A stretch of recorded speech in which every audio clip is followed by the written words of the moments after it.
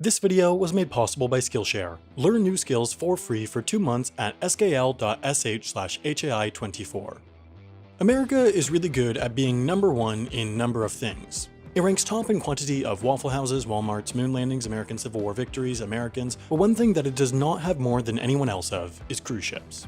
That's because there is only one sole cruise ship based in the US.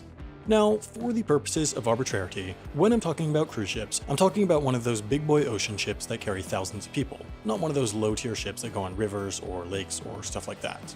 In that category, this ship, the aptly named Pride of America, is the only American-flagged, American-based cruise ship. Now, to that you might ask, huh? You see, the reason this is because of a little thing I like to call the law. On board ships, the laws of the country in which they are registered apply.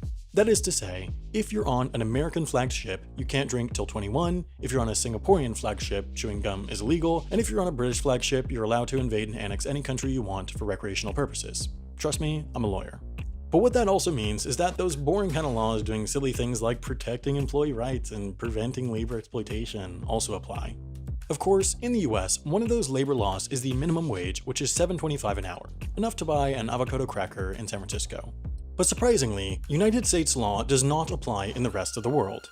In Panama, for example, the minimum wage for ship workers is $2.32 an hour, so let's say, and hear me out here, we take a ship, register it in Panama, and pay people $2.32 an hour.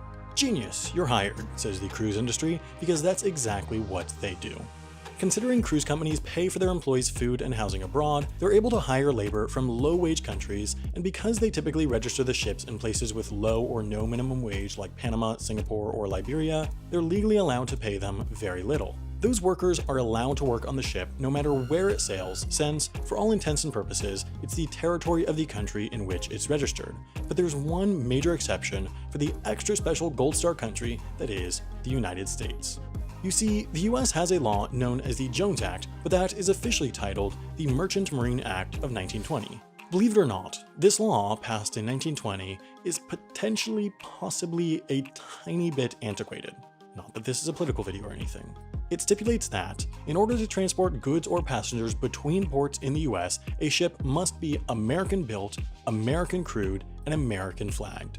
Now, if this were a political video, I might say something like, this significantly increases the cost of transporting goods between US ports and therefore raises the cost of living in isolated regions of the US like Alaska, Hawaii, and Puerto Rico, but of course this is not a political video, so I won't say that. Working on a US-flagged vessel also requires the right to work in the US, which is not easy to get in comparison to the right to work in a place like Panama, which makes sure regulations are easy for its registered ships since ship registration is big business for them. Now, these laws all also apply to cruise ships since, technically, when a cruise sails between US ports, it's transporting passengers between US ports. This presents a problem for the cruise industry, which simultaneously wants to build and register their ships outside the US and also cruise to places like Alaska and Hawaii. They figured out two unique solutions though. One is to sail to the US from not the US. Cruise ships are allowed to sail between multiple US ports if they start outside the US, as long as everybody gets back on the ship. That way nobody's getting transported between US ports, they're just stopping off. Therefore, a lot of cruises to Alaska start in one of the not yet United States of America, Canada. The other solution, though, that exempts the ships from the Jones Act is to make a stop outside the US. That's why most every Alaskan cruise leaving from Seattle stops in Victoria, British Columbia. They usually make sure the American passengers aren't too distressed though by keeping the stop to only a few hours rather than the typical full day. Now, that works fine for Alaska cruises, but what about Hawaii? If a cruise is going from the US West Coast to Hawaii and back to the West Coast, they'll typically make a stop in Ensenada, Mexico, even though that adds up to 2 days for a round-trip Hawaii cruise from San Francisco. If a ship wants to do a cruise exclusively around Hawaii though, there's really no foreign country nearby that they can stop in. That's why there are basically no cruises around the islands round-trip from Honolulu, except for one. Norwegian Cruise Line, persuaded by the potential of an all-Hawaii cruise and a huge amount of federal subsidies, went through the enormous expense of building a cruise ship mostly in America for the first time in a while, registering it in America, and crewing it with Americans. This ship, the Pride of America, is now the only full-size American cruise ship, and it is also the only cruise ship making trips exclusively around the Hawaiian Islands. Of course, American labor is not cheap, and so the 7-night trip on the Pride of America starts at $1,200, exactly triple as much as their 7-night cruise from Alaska to Seattle via Vancouver.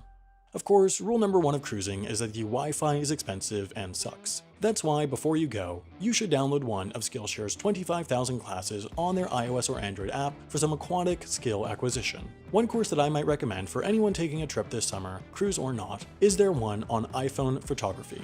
It teaches all about composition, lighting, and other tips for mobile photography that can really spice up the photos even from the device you hold in your pocket. Of course, there are more than 25,000 other courses to take after or instead of this one, all of which you can have unlimited access to for free for 2 months only by signing up at skl.sh/HAI24, and you'll be supporting HAI while you're at it.